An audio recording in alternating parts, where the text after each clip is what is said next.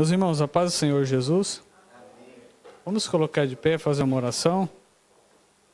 Hoje nós estaremos estudando a lição de número 3, que é o despertamento, renova o altar. Oramos. Amado Deus e Pai, em nome de Jesus, nós somos gratos a Ti, ó Pai, por ter nos trazido aqui na Tua casa, nesse domingo, Senhor. Pai, somos gratos a Ti sobre cada família, Pai, que tem chegado aqui neste local e aquelas que estão a caminho também, Pai. Que o Senhor possa guardá-los, que o Senhor possa trazê-los com Tua segurança. Ó Deus, e venha, Pai amado, abençoar a nossa escola bíblica, que o Senhor possa usar poderosamente o nosso professor para ministrar, Senhor, essa aula esta manhã, Senhor. Nossos corações venham estar abertos, preparados para que Teu Espírito Santo venha, ó Pai querido, semear um pouco mais a Tua palavra, em nome de Jesus. Amém. Amém.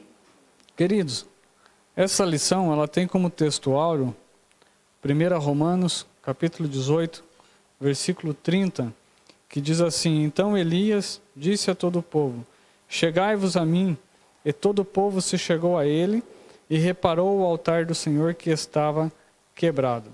E a verdade prática, ela diz: Satanás jamais derrotará o crente cujo altar é constantemente renovado pelo Espírito Santo. E a leitura principal dessa lição se encontra em Esdras, capítulo 3, versículo 2, até o versículo 5, depois versículo 10, até o versículo 13. Eu vou estar lendo aqui, os irmãos acompanhem em vossa revista. Que diz assim: E levantou-se Jesuá, filho de Josadaque, e seus irmãos, o sacerdote Zorobabel, filho de Sealtiel, e seus irmãos, e edificaram um altar do Deus de Israel, para oferecerem sobre ele holocaustos, como está escrito na lei de Moisés, o homem de Deus. E firmaram o altar sobre as suas bases, porque o terror estava sobre eles, por causa dos povos das terras, e ofereceram sobre eles holocaustos ao Senhor, holocaustos de manhã e de tarde. E celebraram a festa dos tabernáculos, como está escrito, e ofereceram holocaustos de dia, porém por ordem, conforme o rito, cada coisa no seu dia. E depois disso, o holocausto contínuo e das luas novas e de todas as solenidades consagradas ao Senhor, como também de qualquer que oferecia oferta voluntária ao Senhor.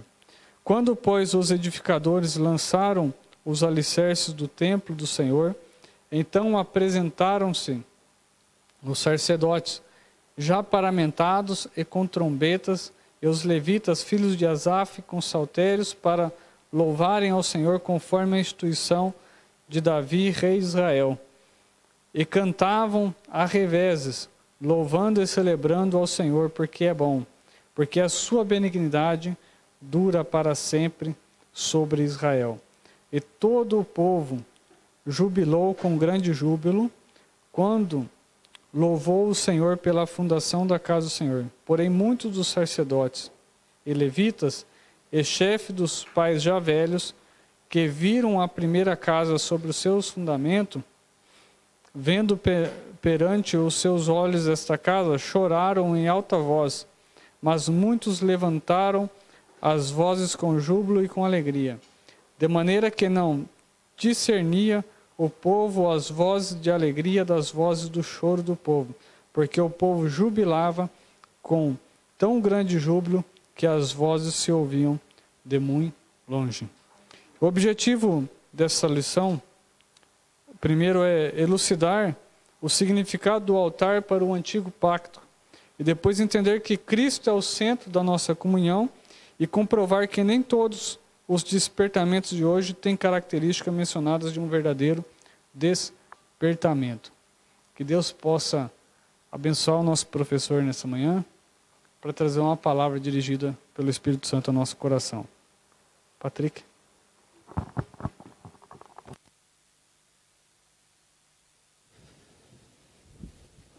Amém. Paz do Senhor, irmãos. Bom, como o pastor já disse, vamos hoje falar sobre o despertamento, renova o altar. Um tema muito importante. e vamos aprender hoje sobre as diferenças do Antigo e do Novo Testamento relacionados ao altar e também algumas coisas que se têm feito mal no altar, que é muito importante estar atualizados nesses temas. Gostaria também de aproveitar e pedir desculpa que ainda não estamos a conseguir projetar o texto hoje e cumprimentar todos que estão online, que hoje, graças a Deus, é o primeiro culto que vamos conseguir transmitir em direto outra vez, porque a internet já está a funcionar. Mas vamos então voltar ao tema, que é o mais importante. Então hoje vamos falar sobre o despertamento, que é o tema geral, renova o altar. Introdução, que é na página 19, para quem está acompanhando. Nesta lição iremos meditar sobre o fato que caracteriza o verdadeiro despertamento. Trata-se da necessidade que os homens passam a sentir de se chegarem mais perto do altar de Deus, a fim de estarem cada vez mais perto de Deus. Ok? Então temos que perceber que quando estamos diante do altar de Deus, é porque desejamos estar mais perto de Deus. E eu creio que esse é o nosso desejo geral. Nós queremos estar mais perto de Deus, porque senão não faz sentido estarmos a visitar uma igreja, estamos a levantar de manhã cedo para chegar aqui, se nossa intenção não é estar com Deus. Okay? Então, se a nossa intenção é outra, devemos de repensar bem o que é que estamos a fazer aqui. Então nós chegamos ao altar de Deus para estar mais perto de Deus. Amém? Primeiro capítulo diz: o despertamento conduz o homem ao altar. Os judeus sentiam a necessidade de acesso a Deus que o altar lhes proporcionava. O propósito que trazia no coração ao retornarem do cativeiro precisava de ser muito firme, porque estavam rodeados de inimigos cruéis. A Bíblia diz: o terror estava sobre eles por causa dos povos da terra, que está em Esdras 3. Nós, como já temos lido nos capítulos passados, nós estamos a falar da parte da história do povo de Israel depois do cativeiro na Babilónia, em que eles estavam a tentar reconstruir Jerusalém, tentar reconstruir o templo, tentar reconstruir o altar de Deus. E então estamos nesse processo. Israel, como sempre, tinha muitos povos ao redor deles que eram contra ele. Eles nunca tiveram uma vida fácil nesse aspecto. E então, no meio desse terror, no meio dessas dificuldades, ele estava a tentar reconstruir a Terra Santa. Ok? Por isso mesmo, o povo sentia que precisava de acesso a Deus através do altar. Este será o holocausto contínuo perante o Senhor, onde vos encontrarei para falar contigo ali, que lemos em Êxodo 29, 43. Os judeus agora almejavam estas bênçãos através do altar. Ok?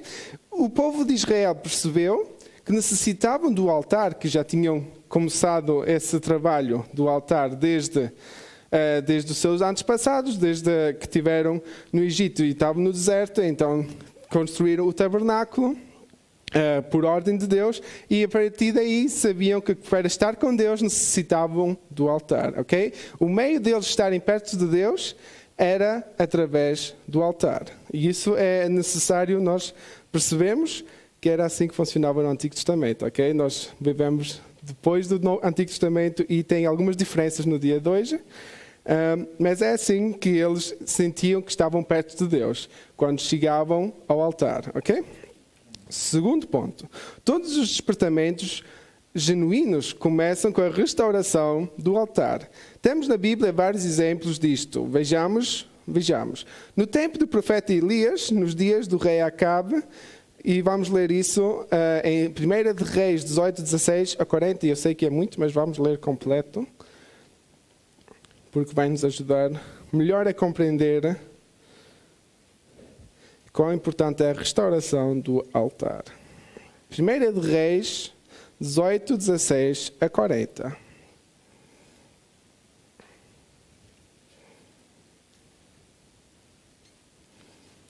Amém? 1 de Reis 18, 16 a 40. Queres ler? Então, vem cá à frente que precisas de um micro.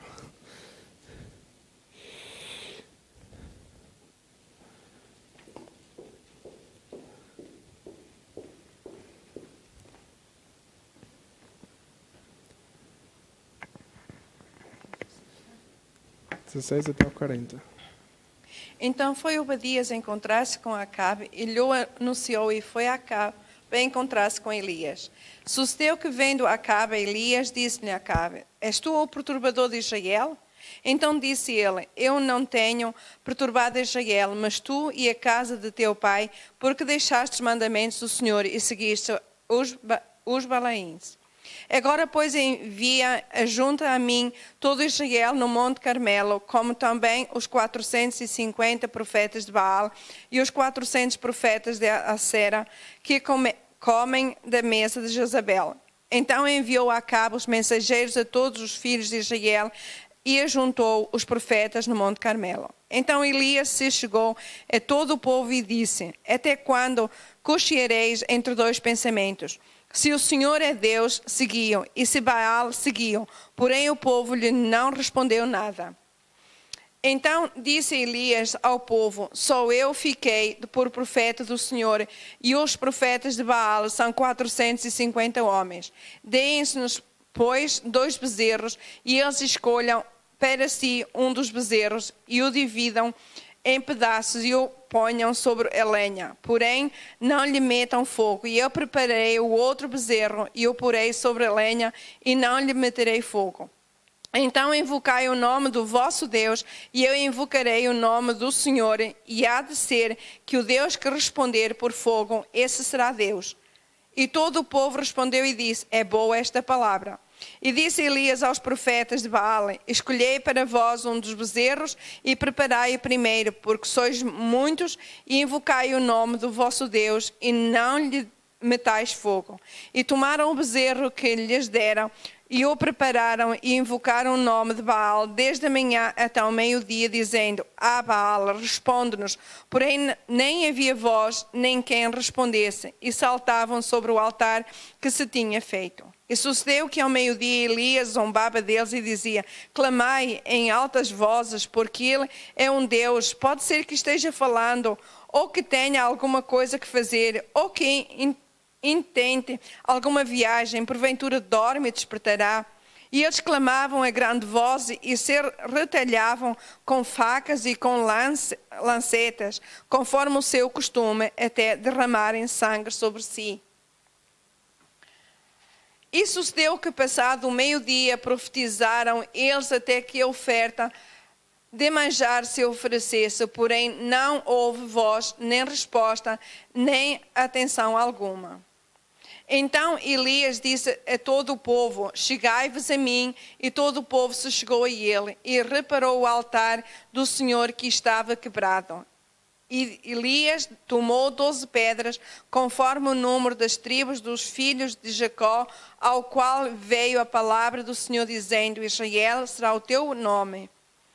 E com aquelas pedras edificou o altar em nome do Senhor. Depois fez um rego em redor do altar, segundo a largura de 2 medidas de semente. Então armou a lenha e dividiu o bezerro em pedaços e o pôs sobre a lenha. E disse: Enchei de água 4 cântaros e derramai-a sobre o holocausto e sobre a lenha. E disse: Fazei-o segunda vez. E o fizeram. Segunda vez. Disse ainda: Fazei-o terceira vez. E o fizeram terceira vez. De maneira que a água corria ao redor do altar, e ainda até o rego encheu de água. Sucedeu, pois, que, oferecendo-se a oferta de manjares ao profeta Elias, se chegou e disse: Ó Senhor Deus de Abraão, de Isaque e de Israel, manifeste-se hoje que tu és Deus em Israel, e que eu sou teu servo, e que, conforme a tua palavra, fiz todas estas coisas. Responde-me, Senhor, responde-me, para que este povo conheça que tu, Senhor, és Deus, e que tu fizeste tornar o seu coração para trás. Então caiu o fogo do Senhor e consumiu o holocausto e a lenha e as pedras e o pó, e ainda lambeu a água que estava no rego. E vendo todo o povo, caiu sobre os seus rostos e disse: Ó Senhor, só é Deus, só o Senhor é Deus, só o Senhor é Deus. E Elias lhes disse: Lançai mão dos profetas de Baal, e nenhum deles escape. E lançaram mão deles, e Elias os fez descer ao ribeiro de Quizon, e ali os matou. Amém.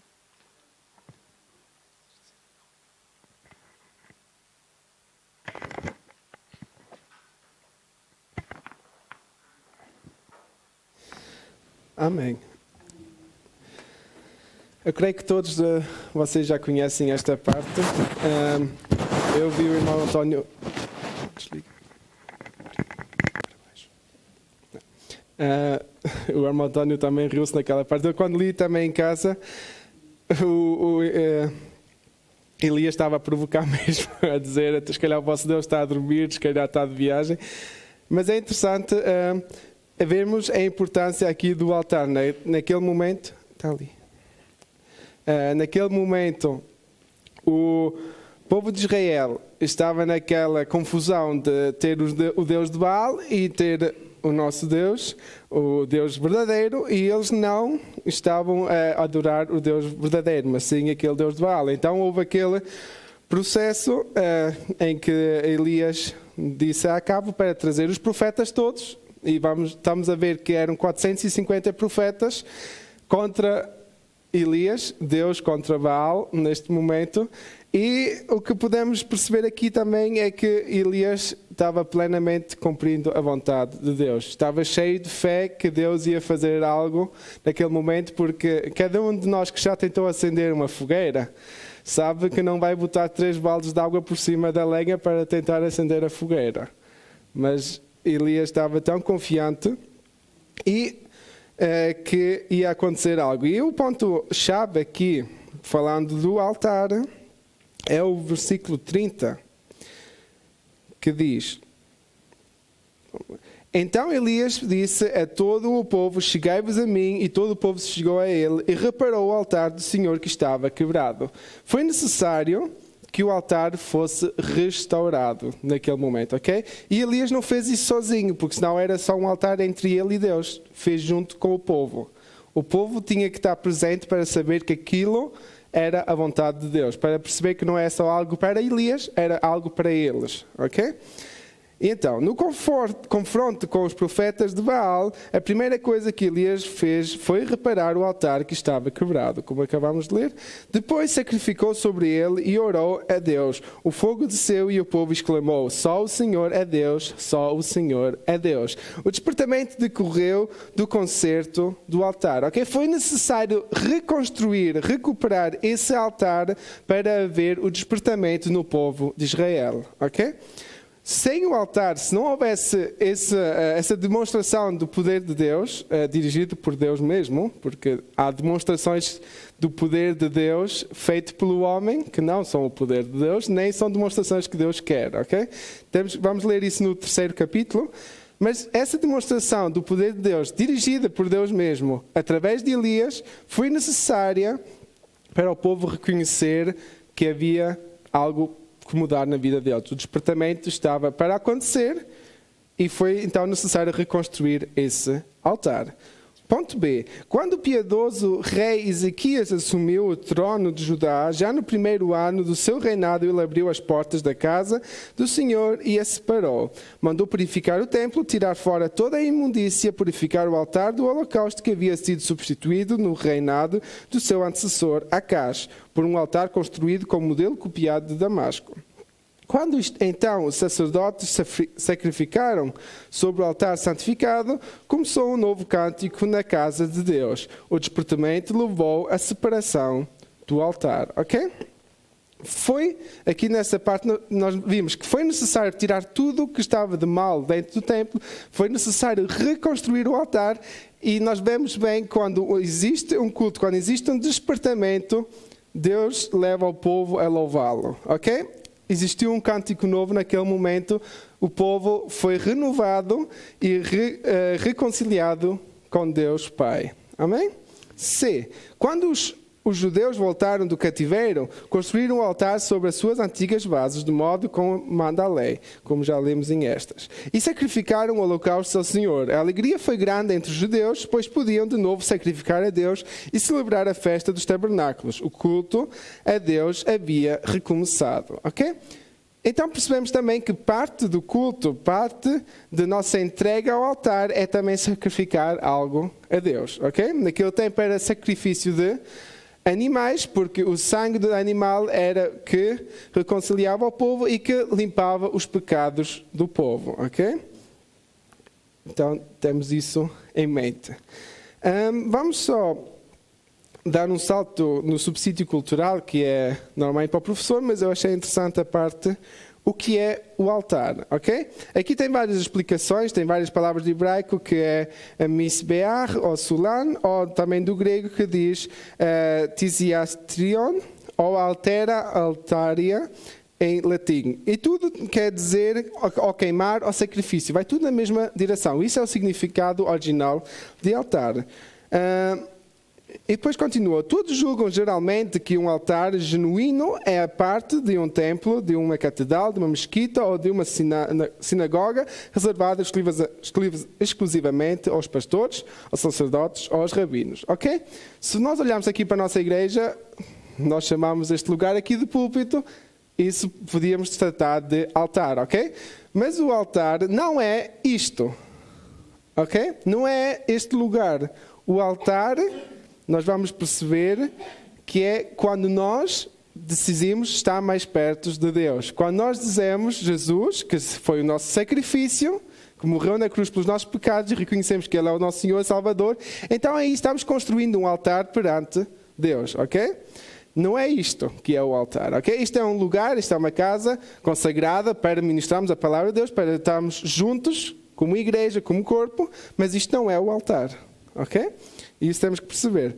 O altar, de acordo com as Escrituras, era um lugar construído para nela se oferecerem sacrifícios e holocaustos de animais. Era um testemunho perpétuo, um favor. Sentia-se nele a manifestação divina, significava a presença de Deus. Santificava as ofertas e era o lugar onde se realizava a comunhão dos fiéis com o Senhor. Ok? Então, está esclarecido onde está a presença de Deus e onde estamos juntos, aí é o altar de Deus, ok? Segundo capítulo, Cristo, o centro da nossa comunhão com Deus. E aí vamos perceber a parte do Novo Testamento, as diferenças que há entre o Antigo Testamento e o que é que Cristo veio mudar e facilitar também a nossa vida para estar mais perto de Deus. No tempo do Antigo Testamento, o altar era o ponto central do culto a Deus. No tempo do Novo Testamento, o sacrifício de Jesus no Gólgota é o grande acontecimento para o qual o altar apontava profeticamente. Paulo escreveu à igreja em Corinto: primeiramente vos entreguei o que também recebi, que Cristo morreu por nossos pecados segundo as Escrituras, que está em 1 Coríntios 15:3. Escreveu ainda: porque nada me propus saber entre vós, senão a Jesus Cristo e este crucificado. 1 Coríntios 2:2. Todas as coisas subsistem por ele. Colossenses 1:17. Para que em tudo Jesus tenha preeminência. Colossenses 1:18. Para vós, os que credes, é preciosa a pedra principal de esquina. 1 Pedro 2:7. Tudo isto porque Jesus, pela sua morte expiatória, ganhou a redenção para todo o mundo. Amém? E vamos ler Romanos 3:23 a 25. Temos aqui muitos textos bíblicos hoje.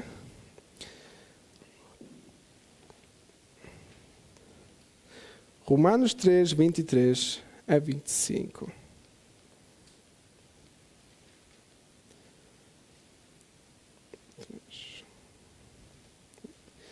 Amém? Romanos 3:23 diz: porque todos pecaram e destituídos estão da glória de Deus, sendo justificados gratuitamente pela sua graça, pela redenção que há em Cristo Jesus, ao qual Deus propôs para propiciação pela fé no seu sangue, para demonstrar a sua justiça pela remissão dos pecados dantes cometidos sob a paciência de Deus. Amém? Então, aqui Paulo deixa claro, nós primeiro estávamos separados de Deus por causa do nosso pecado. Veio Jesus, através da graça de Deus, Ele morreu como sacrifício nosso, aqui diz a palavra propiciação, Ele praticamente morreu por nós, como nosso sacrifício pelos nossos pecados. É isso mais ou menos o significado dessa palavra, ok? Antigamente o objeto ou animal de propiciação era um animal imaculado, quer dizer, um animal que não tinha doenças, que era formoso, que não devia de ter nada de mal. Ok. Obrigado, irmão. Não tinha nenhum defeito.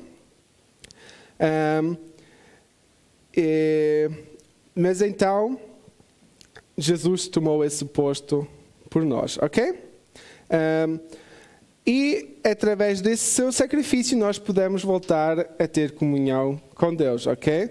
Através da sua graça, Ele nos perdoa, ou já morreu pelos pecados que nós ainda continuamos a cometer, porque nós, como seres humanos, não conseguimos viver sem pecar, ou é muito difícil, digamos assim. Claro que nós evitamos, ou devemos de evitar, mas de repente vem um pensamento e nós sabemos que em Mateus 5 Jesus foi muito claro que muitas vezes estamos pecando só mesmo pelos nossos pensamentos, ou porque por alguma intuição ou por algum temperamento nosso nós amaldiçoamos as pessoas sem dar conta que estamos o fazendo, ok? E então isso tudo é considerado pecado perante Deus e nós devemos perceber isso. Então nós pecamos constantemente, mas Jesus também nos perdoa constantemente através do seu sacrifício. Antigamente o sacerdote fazia um sacrifício no tabernáculo pelo povo inteiro para então serem perdoados os pecados do povo, ok? Para serem reconciliados com o povo, com Deus. Isso, obrigado, pastor. Primeiro ponto, toda a Trindade atuou ativamente na morte expiatória de Jesus. O Pai Celestial, antes da fundação do mundo, o Pai planejou a obra redentora com o sacrifício de seu Filho. Na consumação dos séculos enviou o seu Filho. O Pai participou diretamente do drama de Gólgota. E isso lemos em 2 Coríntios 5, 19. 2 Coríntios 5, 19, que diz: Isto é, Deus estava em Cristo reconciliando consigo o mundo, não lhes imputando os seus pecados e pôs em nós a palavra da reconciliação. Ok? Deus estava com Cristo naquele momento de reconciliação. Isso quer dizer que nós podíamos pensar que Jesus fez aquilo tudo só ele sozinho, mas não. O Pai estava ali presente naquele momento de sofrimento de Jesus. Não deixou sozinho passar naquele sofrimento. B. Cristo, o Filho de Deus, entregou-se a si mesmo em oferta e sacrifício. Ele levou nossos pecados sobre o madeiro e padeceu para levar-nos a Deus. E lemos isso em 1 Pedro 2, 24. Vamos tentar medir o tempo. 1 Pedro 2, 24. Levando ele mesmo em seu corpo os nossos pecados sobre o madeiro, para que, mortos para os pecados, pudéssemos viver para a justiça, e pelas suas feridas fostes sarados. Ok? Então nós fomos libertos dos nossos pecados, nós morremos para o mundo através do sofrimento de Jesus na cruz. E não só isso, mas deu-nos uma vida justa e fomos sarados através do seu sofrimento, através das suas feridas. E 1 Pedro 3,18, que é logo a seguir. 1 Pedro 3,18 diz: Porque também Cristo padeceu uma vez pelos pecados, o justo pelos injustos, para levar-nos a Deus, mortificado, na verdade, na carne, mas vivificado pelo Espírito. Ok? Jesus morreu por nós injustos, sendo Ele justo. Então foi Ele o único sacrifício verdadeiro, o único ser humano que podia estar sem mancha, que podia fazer esse sacrifício. Assim como antigamente, no Antigo Testamento, o animal devia de ser formoso, devia de ser o melhor que havia no meio do rebanho, assim também foi Jesus o melhor que houve no meio do rebanho dos seres humanos, ok? E Ele foi o sacrifício para nós. E somos vivificados pelo Espírito. E entramos já no C, que é o Espírito Santo, que também fez parte desse ato de expiação de Jesus no sacrifício que Ele fez na cruz por nós. O Espírito Santo ajudou o Filho a vencer todos os obstáculos que se levantaram contra Ele, até chegar à cruz. Foi pelo Espírito Eterno que Jesus ofereceu a si mesmo, imaculado, a Deus. Ok? E isso está em Hebreus 9, 14. E com isso terminamos esta parte. Quanto mais o sangue de Cristo, que pelo Espírito Eterno se ofereceu a si mesmo, imaculado a Deus, purificará as vossas consciências das obras mortas para servirdes ao Deus vivo. Amém? Então nós só podemos servir ao Deus vivo porque Jesus se sacrificou com a ajuda do Espírito Santo. E nós, quando lemos a história de Jesus, da vida de Jesus, nós percebemos que o Espírito Santo foi derramado sobre Jesus depois do ato do batismo nas águas. E nós sabemos que o Espírito Santo o acompanhou em todo o processo da sua vida. No deserto ele não esteve sozinho, porque ele esteve a enfrentar o diabo dirigido pelo Espírito Santo. O Espírito é que o guiou para o deserto. Se formos ler corretamente em Mateus, Jesus nem foi para o deserto porque queria, porque o Espírito Santo o dirigiu para ir para o deserto. Então ele foi tentado porque o Espírito Santo o dirigiu para ser tentado pelo diabo, ok? Mas isso tudo foi necessário e todos os milagres que aconteceram foi com a ajuda do Espírito Santo. Então o Espírito Santo esteve sempre a acompanhar Jesus durante a sua carreira aqui na vida. E o interessante e o bom, ou a boa notícia para cada um de nós é que Jesus nos deixou o Espírito Santo para nós, para nos acompanhar também na nossa vida. Então se Jesus, com a ajuda do Espírito Santo, passou aquilo tudo e saiu vitorioso, nós temos que fazer uma coisa, confiar no Espírito Santo e vamos passar por isto tudo, renovar o nosso altar e vamos sair vitoriosos. Amém? 2. O Espírito Santo quer, pelo despertamento, mostrar aos homens a grande vitória de Jesus no Gólgota. O Espírito Santo quer iluminar o entendimento dos homens para esta grande realidade. Depois de seres iluminados, suportastes grande combate de aflição. O Espírito revela... iluminando os olhos do nosso entendimento, que saibamos a grandeza de seu poder sobre nós, que manifestou em Cristo, ressuscitando-o dos mortos. O Espírito Santo revela a Pedro que Jesus era o Cristo, o Filho dos Deus vivo. E nós conhecemos essa parte em que Jesus pergunta: o que é que o povo está falando quem eu sou? E os discípulos receberam que é um mestre, é um doutor, é um sábio, é um rabi. E depois, na última pergunta, a Pedro, então, Jesus pergunta a Pedro: o que é que vocês, pergunta aos discípulos, o que é que vocês pensam de mim, quem eu sou? E Pedro diz que ele é o Filho do Deus vivo. Amém? Então aí nós vemos o agir do Espírito Santo, que começou a revelar a Pedro verdadeiramente que Jesus não era uma pessoa comum, mas sim o Filho do Deus vivo. Amém? E é isso que o Espírito Santo ainda faz hoje em dia, é que nos mostra que Jesus verdadeiramente é o Filho de Deus vivo. Não foi um homem que nasceu há 2000 anos atrás, viveu, morreu e conta-se que ele ressuscitou. Não. Ele nos revela que isso tudo é verdade. Porque humanamente não é lógico para nós, mas o Espírito Santo nos ajuda a compreender que o propósito de Deus aconteceu ali, através da vida de Jesus, e está continuando a acontecer através das nossas vidas no dia de hoje. Amém? B. O Espírito ensina as profundidades do vitupério, que é a afronta da cruz, quando Jesus, na estrada de Emaús, explicava aos seus discípulos o que as Escrituras escreveram sobre a sua morte, os corações deles ardiam. Ok? Em Lucas 24, nós podíamos ler, mas não temos pouco tempo, Jesus está dando as últimas palavras antes de voltar para o Pai, ao povo que estava com ele e aos discípulos. E então, no versículo 32, os discípulos percebem que em todas as conversas que eles tinham tido com Jesus, o coração deles estava ardendo. Eles não percebiam o que é que era, mas naquele momento começaram a perceber que era o Espírito Santo que estava já a trabalhar na vida deles. E no versículo 45,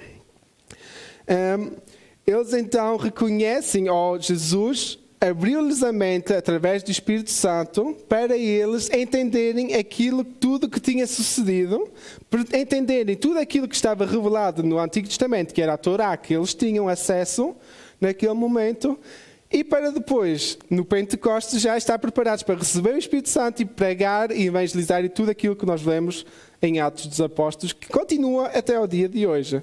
Amém? Então essa é a obra do Espírito Santo também na nossa vida hoje em dia. Ele está nos ensinando a perceber a Escritura, porque a Bíblia é um livro lindo, mas às vezes torna-se complicado e necessitamos do Espírito Santo para perceber aquilo que devemos extrair da palavra de Deus, como interpretar a palavra de Deus. Amém?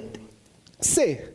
O Espírito explica o verdadeiro significado da morte de Jesus na cruz, sobre o infinito alcance do brado.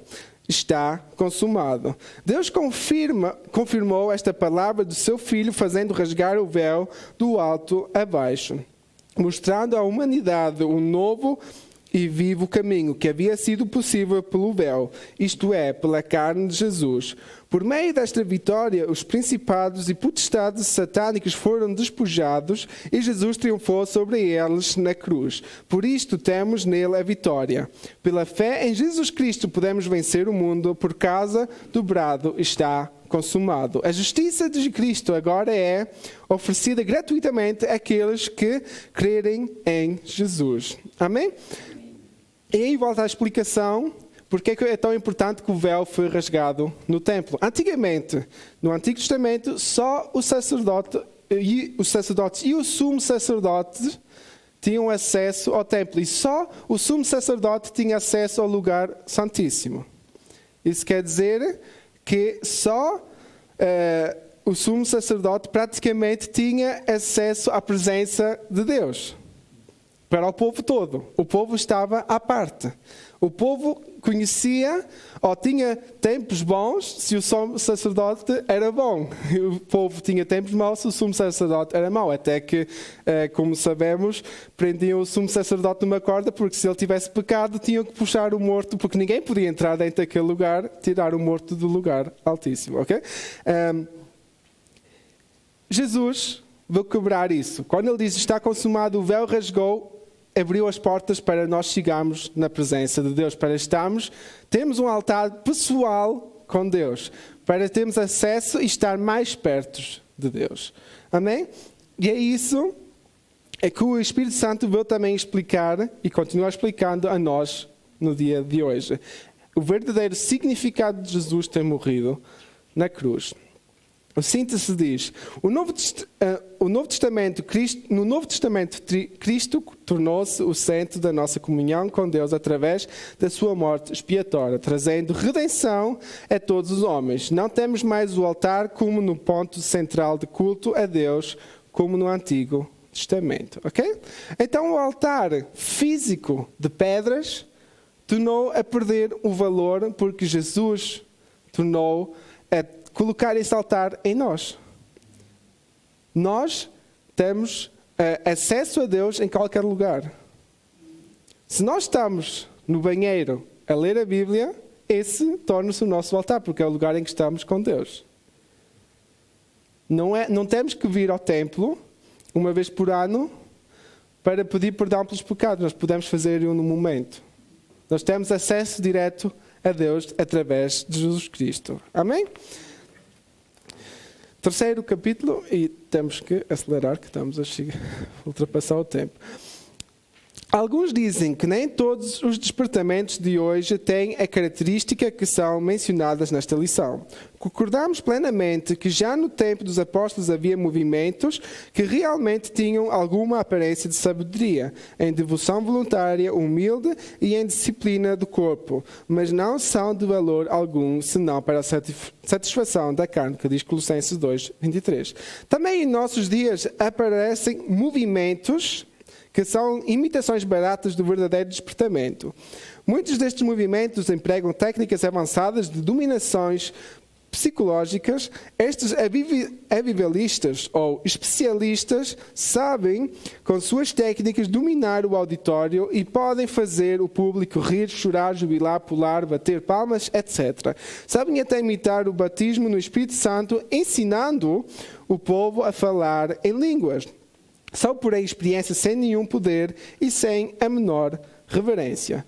E eu creio que nós todos já ouvimos destas manifestações, que verdadeiramente são espetáculos que se têm feito em nome de Jesus, né? Em nome de Cristo, mas que na verdade não tem nada a ver com aquilo que o Espírito Santo quer fazer nas nossas vidas, nem aquilo que Jesus quer para as nossas vidas, ok? Principalmente essa parte de ensinar as línguas, eu acho que isso é algo absurdo, Porque como é que se vai ensinar alguma coisa que não tem norma, alguma coisa que não... Eu posso ensinar alguém a falar português, mas é porque existe gramática portuguesa. Eu posso ensinar, tem uma estrutura. Mas se as línguas estranhas de Deus, só Deus é que nos entrega individualmente, como é que eu vou ensinar algo que é para mim? Não posso ensinar isso. E eu nem sei o que é que eu estou a falar, como é que eu vou ensinar isso? Eu não vou dizer, fala isso, essas letras, que são as linhas estranhas. Não.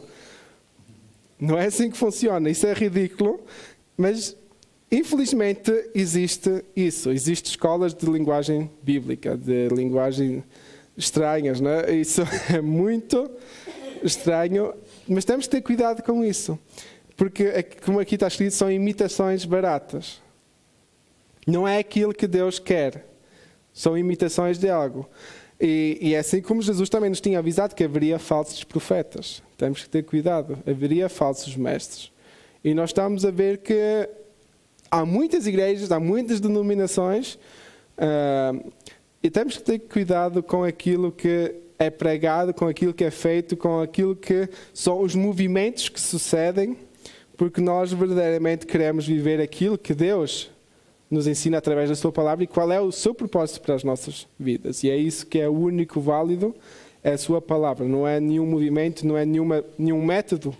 Se lembrarmos aquilo que o pastor falou a semana passada, não é nenhum método que nos vai levar mais perto de Deus, mas é somente ter comunhão com Deus. Amém? E nós todos temos acesso, através de Jesus, ao Espírito Santo. Então, não vale a pena buscar outra fonte, não vale a pena nenhuma manipulação psicológica. O que vale a pena é buscar a Deus. Amém?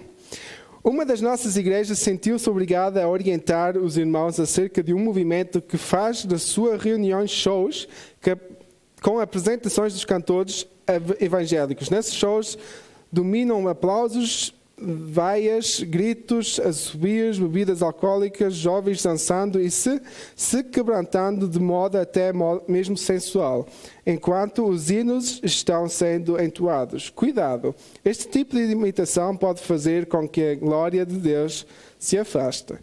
E isto, quando eu estava a ler isto é mesmo demais. Isto praticamente é uma discoteca cristã, porque já não tem nada a ver com o culto, já não tem nada a ver com aquilo que Deus quer que nós vivemos. Claro que não vamos dizer que é proibido aplaudir num culto, mas se o aplauso é para a banda, é melhor não aplaudir, porque a glória toda deve ser para o Senhor. E os louvores devem de adorar o Senhor, não devem de ser para exaltar o cantor ou exaltar o público, todos que estão presentes. Não, é para glorificar a Deus e só a Deus, mais nada. Amém? E bebidas alcoólicas, eu acho que isso é óbvio, não perdemos nada num culto, assim como assobios e tudo, isso é um bocado exagerado tudo, ok? Vamos ter cuidado. O que é que nós assistimos? Hoje em dia temos acesso a muita coisa, mas também podemos nós decidir o que é que verdadeiramente vamos assistir, ok? O que é que vamos deixar entrar no nosso coração e na nossa mente. Todo movimento feito sem que o Espírito Santo esteja na direção não pode prosperar. É como uma tartaruga deitada de costas. Movimenta os pés, mas fica no mesmo lugar. Mantenhamos o Espírito Santo na direção. Então veremos cumprir-se a palavra de Deus que diz: vão indo de força em força. Glória a Jesus. Amém? Eu creio que aqui podemos perceber verdadeiramente a importância, as diferenças do Antigo com o Novo Testamento. Jesus como sacrifício na cruz que nos leva mais perto do Pai. O altar foi reconstruído por Jesus.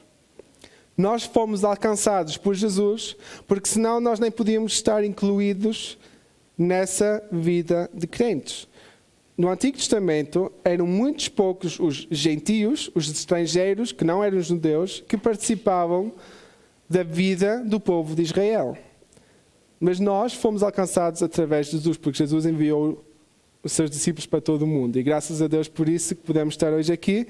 E que Jesus venceu também essa separação do Pai, de só para o povo escolhido, para também o resto do mundo, ok? Então, fazemos parte do propósito de Deus a partir de Jesus e o seu Espírito Santo continua a guiar-nos em tudo.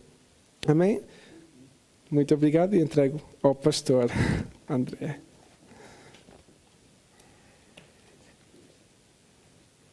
Amém, meus irmãos?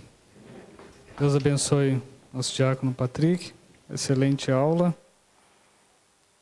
Que nós possamos fazer reflexão de tudo que nós aprendemos. Essa revista, o título dela é O Princípio Divino em Tempos de Crise, a reconstrução de Jerusalém e o avivamento espiritual como exemplo para os nossos dias. E que a cada lição possa haver esse despertamento no nosso coração, porque é disso que nós precisamos nesses momentos. Nós sabemos que nos momentos atuais tem gente inventando muitos métodos de chegar a Deus, muitas maneiras, mas é através do estudo bíblico, estudo sistemático da Bíblia, que a gente começa a identificar que a forma mais correta de chegar diante de Deus é com o coração quebrantado. Não importa se é dentro da nossa casa ou no nosso trabalho, mas é nós chegarmos um pouco mais perto de Deus com o nosso coração aberto, quebrantado, para que Ele possa operar. E tomar muito cuidado, irmãos, com esses movimentos que se levantam cada dia mais nos nossos dias. Eu falei semana passada aqui, muitas das vezes as igrejas estão se transformando para querer cativar as pessoas de fora. E o Espírito Santo não precisa de ninguém para dar um empurrãozinho nele, né? Ele não precisa de ninguém para fazer isso. A Bíblia fala que Deus ele opera naquele coração que está aberto para Ele mesmo, né? Nossa função é plantar sementes. Quem dá o crescimento não somos nós. O apóstolo Paulo mesmo falou, Paulo plantou, Apolo regou, mas Deus é quem deu o crescimento. Amém? Que Deus abençoe. Semana que vem nós estaremos estudando a construção do templo enfrentou oposição. Mas quando a gente está buscando esse nosso avivamento espiritual, pode ter certeza que uma das coisas que nós iremos enfrentar é oposição. E essa oposição muitas das vezes é terrena, porém é proveniente de Satanás, porque ele é o principal alvo que não quer ver eu e você avivados na obra do Senhor. Então ele vai usar seus meios terrenos para nos parar. Então que todos os irmãos possam estar aqui na semana que vem, no próximo domingo, para juntos nós aprendermos essa lição bíblica, para continuar buscando esse renovo sobre a nossa vida através da palavra de Deus. Que Deus nos abençoe. E o pastor Lucas agora está com toda a direção do trabalho. Deus abençoe.